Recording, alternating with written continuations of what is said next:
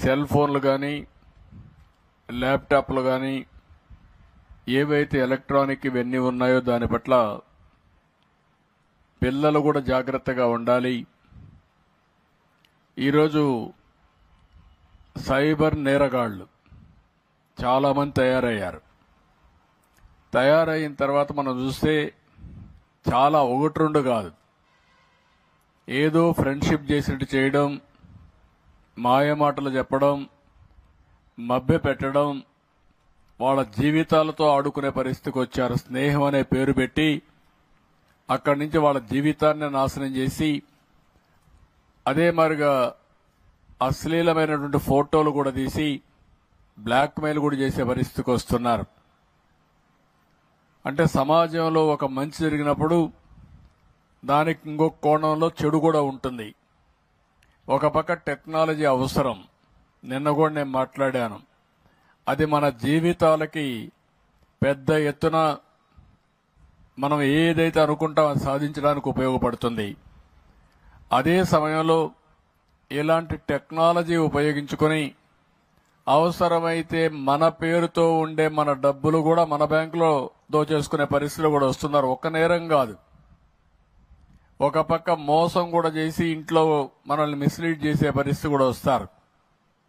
అనేక ఇప్పుడు పాప చెప్పింది, కొన్ని విషయాలు చెప్పింది ఆ టీచర్ విద్యార్థి అయితే, ఇలాంటి నేరగాళ్లు చాలా మంది ఉన్నారు. అందుకే సైబర్ నేరగాళ్ల పట్ల మనం జాగ్రత్తగా ఉండాలంటే మనం ఏ విధంగా పనిచేయాలో మీరందరూ అర్థం చేసుకోవాల్సిన అవసరం ఉంది. ఎప్పుడు కూడా ఒక మంచి గాని ఒక చెడు గాని రెండు కూడా మీరు చూస్తే 24 గంటలు ఫోన్ చూడడం కూడా ఒక వ్యసనం. ఓసారి యూట్యూబ్లోకి వెళ్ళిపోతే కొన్ని పోర్న్ ఫిల్మ్స్ కానీ ఇలాంటివి కానీ వెళ్ళిపోతే ఇంకా రాత్రి అంతా కూడా బయట మన రారు, ఆ ఫోన్ చూసుకుంటూనే ఉండిపోతారు. అదొక అడిక్షన్, అదొక బలహీనత. అలాంటి సమయంలో ఇంకా పిల్లలు చదువుకునే పరిస్థితి కూడా ఉండదు, చాలా ఇబ్బందులు వస్తాయి. కాబట్టి తల్లిదండ్రులు అన్ని జాగ్రత్తలు తీసుకోవాలి, టీచర్లు కూడా జాగ్రత్త తీసుకోవాలి. అప్పుడే ఇది సాధ్యం అవుతుంది. మళ్ళీ కూడా ఎప్పటికప్పుడు మాట్లాడుకుందాం. పిల్లలు చాలా చక్కగా చెప్పారు. రెండో విషయం చాలా గట్టిగా చెప్పాడు, డ్రగ్స్ వద్దు బ్రో. చాలా క్లియర్గా చెప్పాడు, మీ దగ్గర కూడా అనిపించాడు. ఇప్పుడు ఈ డ్రగ్స్ అనేది కూడా మీరు ఒక్కసారి గుర్తుపెట్టుకోవాల్సింది, ఇదొక పెద్ద మత్తు, ఇదొక పెద్ద వ్యసనం. ఒకసారి ఆ వ్యసనంలో పడిపోయిన తర్వాత మళ్లీ తిరిగి మామూలు మనిషి కావడం చాలా కష్టం.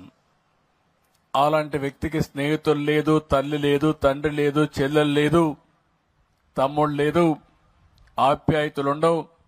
ఆ వ్యసనంలో పోయిన తర్వాత ఆ వ్యసనమే సర్వనాశనం చేస్తుంది, మనకుండే రిలేషన్షిప్ ని పూర్తిగా విధ్వంసం చేస్తుంది.